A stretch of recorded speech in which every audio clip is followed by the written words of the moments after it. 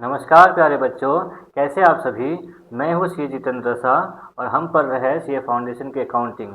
कल हमने trial balance complete किया था। उसमें हमने एक क्वेश्चन पेंडिंग छोड़ा था ना कि ट्रायल बैलेंस में क्लोजिंग स्टॉक क्यों नहीं दिखाया जाता है ना। तो आज हम डिस्कस करेंगे कि ट्रायल बैलेंस में क्लोजिंग स्टॉक क्यों नहीं दिखाया जाता। आपने कभी सोचा इस बारे में कि क्यों नहीं दिखाया जाता? ठीक है, तो आज हम इसमें डिस्कस करेंगे कि क्या रीज़न है। ठीक है, तो समझिएगा कैसे होता है। ठीक है, एक बात समझिए, आपने परचेज किया, ठीक है, ईयर के बिगनिंग में। ठीक है, मान लीजिए 1 अप्रैल 2026 है, ठीक है ना। आपने गुड्स परचेज किया, गुड्स परचेज्ड। तो मान लेते हैं आपने कितने का परचेज किया है। आपने 1 लाख रुपीज़ का परचेज किया है। ठीक है, इतना सा बात समझ में आया। फिर आपने क्या किया, ड्यूरिंग द ईयर कुछ सेल करेंगे ना। क्यों परचेज किया आपने? गुड्स सेल करने के लिए है ना। तो आपने सेल कर दिया, ठीक है, सोल्ड गुड्स। तो आपने सेल किया है, मान लेते हैं कि आपने सेल किया है 90,000 रुपीज़ का, ठीक है ना। कितने का? 90,000 रुपीज़ का। और देखिए बात समझिए, आपने सेल तो 90,000 का किया, लेकिन क्या लगता है आपने जितने में परचेज किया था उतने में ही सेल कर देंगे? नहीं ना, आप तो प्रॉफिट में जोड़ के सेल करेंगे ना। तो ये 90,000 जो है ना, आपका क्या है? सेलिंग प्राइस है। क्या है? एस पी लिख देता हूँ, सेलिंग प्राइस है आपका, ठीक है ना। तो इसका कॉस्ट कितना रहा होगा? तो जो गुड्स आपने सेल किया है, ठीक है, उसका कॉस्ट मान लेते हैं कि ये रहा होगा 80,000 रुपीज़, ठीक है। यानी कि आपने 10,000 रुपीज़ का प्रॉफिट किया है ना। तो जो गुड्स आपने सेल किया उसका कॉस्ट कितना था? 80,000। ठीक है, परचेज कितना किया था? ठीक है, परचेज किया था 1 लाख रुपये का। ठीक है, जिसमें से आपने सेल कितना कर दिया? 80,000 का जो कॉस्ट था उतना सेल कर दिया, 90 में किया ऑब्वियसली। ठीक है, तो आप देखिए यहाँ पर ईयर एंड में आपके पास कुछ ना कुछ अनसोल्ड स्टॉक है। कुछ ऐसा स्टॉक है ना जो अभी तक नहीं बिका, है ना। तो मान लीजिए यहाँ 31 मार्च 2027 आ गया, ईयर एंड आ गया। ठीक है, यहाँ पर कुछ ना कुछ आपका अनसोल्ड स्टॉक होगा, है कि नहीं, जो नहीं बिका है। तो कितना होगा? आपने 1 लाख का, 1 लाख रुपीज़ का परचेज किया था, जिसमें से आपने 80,000 का कॉस्ट वाला बेच दिया। 90,000 बेचा है तो 90,000 माइनस नहीं करना है, हमें कॉस्ट माइनस करना है। ठीक है, कितने का कॉस्ट वाला बिक गया? ठीक है, तो 80 वाला बिक गया। तो देखिए यहाँ पर आपका 20,000 का कॉस्ट प्राइस वाला जो गुड्स है वो आपका अनसोल्ड है ना। ये आपका क्लोजिंग स्टॉक है ना। ठीक है, ये जो है आपका क्लोजिंग स्टॉक है।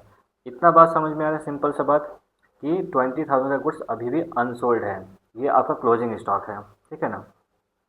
अब एक बात बताइए, क्या आप परचेस अकाउंट बनाते हैं? परचेस का अकाउंटिंग करते हैं ना, परचेस अकाउंट बनाते हैं, है कि नहीं? ये हम बनाते हैं, लेकिन क्या आप क्लोजिंग स्टॉक का अकाउंट बनाते हैं?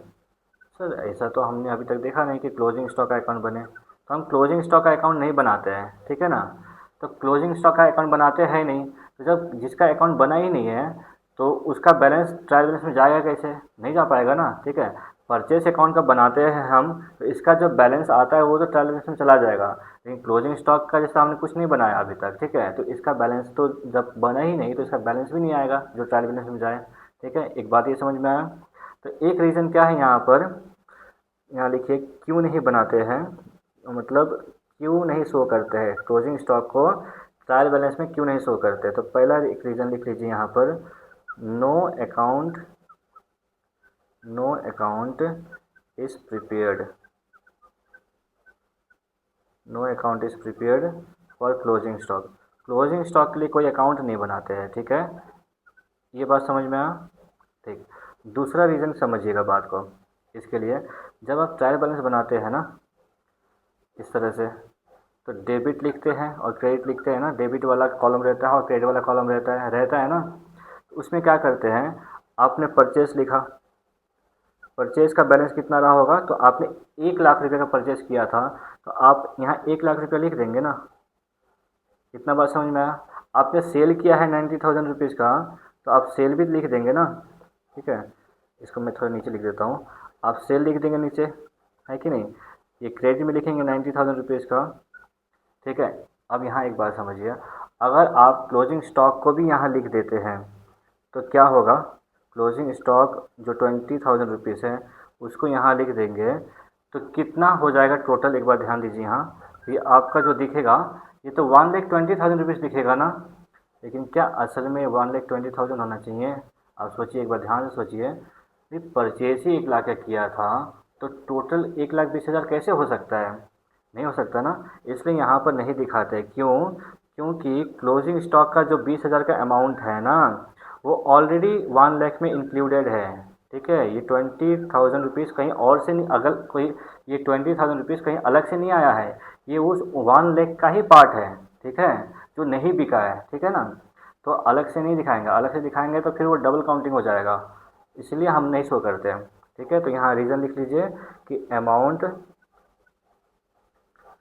Of closing stock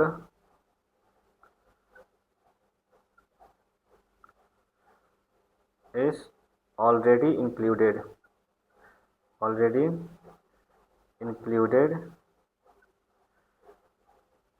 in purchase account. ठीक है, परचेस अकाउंट तो बनता ही है, तो परचेस अकाउंट में ऑलरेडी इंक्लूडेड होता है। ठीक है, इसलिए दोबारा नहीं दिखाते हैं, क्योंकि परचेस अकाउंट कोई कर ही रहा है ना 1 लाख रुपया, तो अलग से दिखाएंगे अलग उसमें, तो वो डबल काउंटिंग हो जाएगा कि 20,000 अलग से भी दिखा दिया और 20,000 जो 1 लाख के अंदर इंक्लूडेड है वो भी शो कर दिया, तो गलत हो जाएगा। ठीक है, इसलिए क्लोजिंग स्टॉक जो है इसमें शो नहीं करते, ट्रायल बैलेंस में शो नहीं करते हैं। ठीक है, तो ये तो समझ में आया कि शो नहीं करते।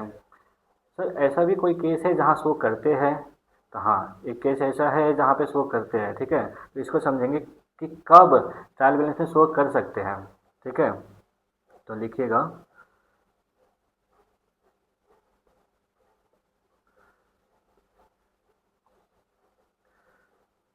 When is closing stock shown in trial balance, कब दिखाया जाता है? तो एक बात समझिए, आपने परचेज किया था। ठीक है, तो आपने परचेज का एंट्री क्या क्या होगा? परचेज का एंट्री क्या होगा? Purchase account debit to cash account. मान लेते हैं कि कैश में परचेज किया था। ठीक है, तो कैश अकाउंट आपने ये एंट्री किया होगा ना, 1 लाख रुपीज़। ठीक है, ये एंट्री क्या होगा? अगर आप यहाँ एडजस्टमेंट एंट्री पास कर देते हैं, ठीक है, एक एडजस्टिंग एंट्री पास करते हैं ना, कैसे? यहाँ पर परचेस डेबिट है 1 लाख रुपया से। ठीक है, अगर आप एडजस्टिंग एंट्री पास करके, एडजस्टिंग एंट्री पास करके, क्या एडजस्टिंग एंट्री? ये जो परचेस डेबिट है ना 1 लाख रुपीज़ में, ठीक है, इसमें से जो 20,000 का नहीं सेल हुआ है उतना हटा दीजिए। हटाएंगे तो क्या करेंगे? परचेस को क्रेडिट करेंगे टू परचेस अकाउंट। ठीक है, टू परचेस अकाउंट 20,000 जो अनसोल्ड है, तो जो नहीं बिका उसको हटा दिया और उसके बदले में क्लोजिंग स्टॉक को डेबिट कर दिया। ठीक है, क्लोजिंग स्टॉक को,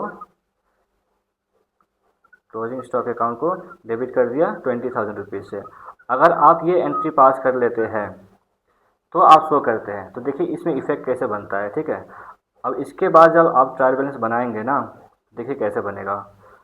अब जब यहाँ पे आप परचेस अकाउंट लिखेंगे, ठीक है, परचेस अकाउंट जब यहाँ लिखेंगे ना, तो यहाँ पे देखिए परचेस यहाँ पर 1 लाख रुपया डेबिट था और 20,000 रुपया क्रेडिट हो गया है। तो इससे क्या हो रहा है?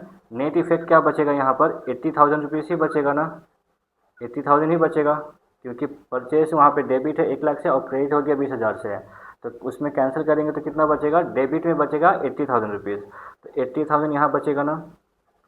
ठीक है, जब आप ऐसा कर लेंगे ना, तभी जाके क्लोजिंग स्टॉक को आप ट्रायल बैलेंस में शो कर सकते हैं 20,000 रुपीज़।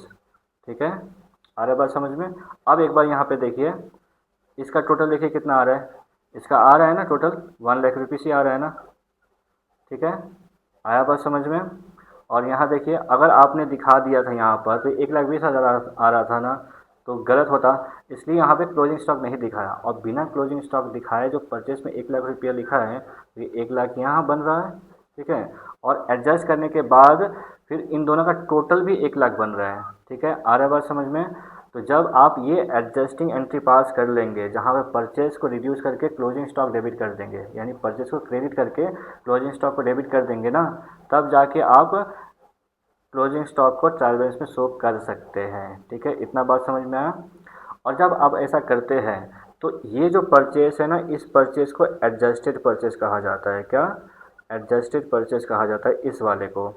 ठीक है, आया बात समझ में? ठीक है, ये वाला होता है एडजस्टेड परचेस। ठीक है ना। अब एक बात समझिए कि एडजस्टेड परचेज का फॉर्मूला कैसे बनता है, कैसे निकलता है, तो वो एक बार अभी लिख लीजिए। ठीक है, तो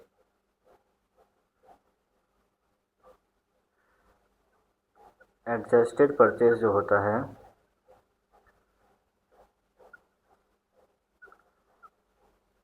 इक्वल्स टू, देखिए, ओपनिंग स्टॉक